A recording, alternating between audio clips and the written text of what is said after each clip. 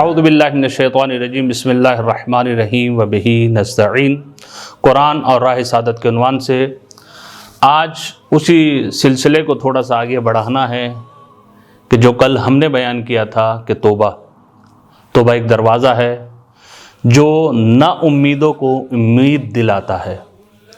اگر انسان سے کوئی خطا کوئی گناہ سرزد ہو گیا ہے تو انسان کے لیے اللہ تعالیٰ نے ایک دروازہ کھولا ہوا ہے جس کا نام توبہ ہے۔ یقیناً انسان اگر اس دروازے سے وارد ہو تو پروردگار عالم جو ہے اس کی توبہ کو قبول کرے گا۔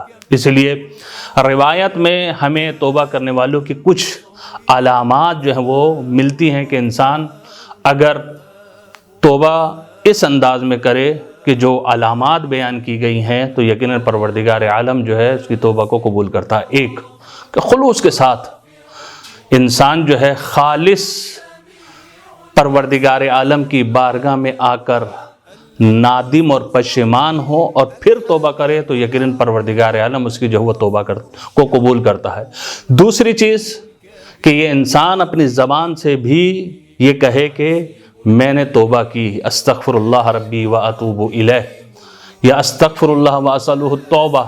یقیناً جب انسان زبان سے بھی کہہ رہا ہے، نادم بھی ہے، پشیمان بھی ہے اور خلوص کے ساتھ پروردگار عالم کی بارگاہ میں آیا ہے تو یقیناً پروردگار عالم اپنے بندے کو کبھی بھی نا امید واپس نہیں کرے گا۔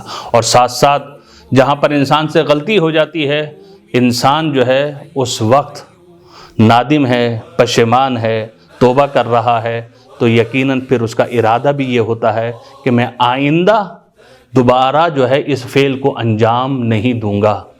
اور اپنے اعضاء و جوارح کے ساتھ جو ہے انسان جو ہے اس فعل کو انجام دے کہ جو پروردگار عالم کی خوشنودی کا سبب ہو۔ یقیناً جب انسان اس طریقے سے فعل انجام دے گا اور اس طریقے سے پروردگار عالم کی بارگاہ میں آئے گا تو یقیناً پروردگار عالم اس کی توبہ کو ضرور قبول کرے گا۔ روایات بھی کہتی ہیں، قرآن کی آیات بھی یہ کہتی ہیں کہ انسان توبہ کرے اور عمل صالح کو بجا لے کر آئے تو پروردگار عالم جو ہے اس کی توبہ کو قبول کرتا ہے۔ نا امید نہ ہوئیے، غلطی ہو گئی، انسان غلطی کا پتلا ہے، لیکن پروردگار عالم رب کریم کا دروازہ کھلا ہوا ہے گناہ گاروں کے لیے، آئیں اس کی بارگاہ میں اور توبہ کریں۔ یقیناً پروردگار عالم محمد و آل محمد کے وسیلے سے ہم اللہ سے توبہ کریں تو یقیناً پروردگار عالم ہماری توبہ کو قبول کرے گا۔ خدا سے دعا کرتے ہیں کہ بحق محمد و آل محمد ہم سب کو توبہ نصوح کرنے کی توفیق عطا فرمائے۔ والسلام علیکم ورحمۃ اللہ۔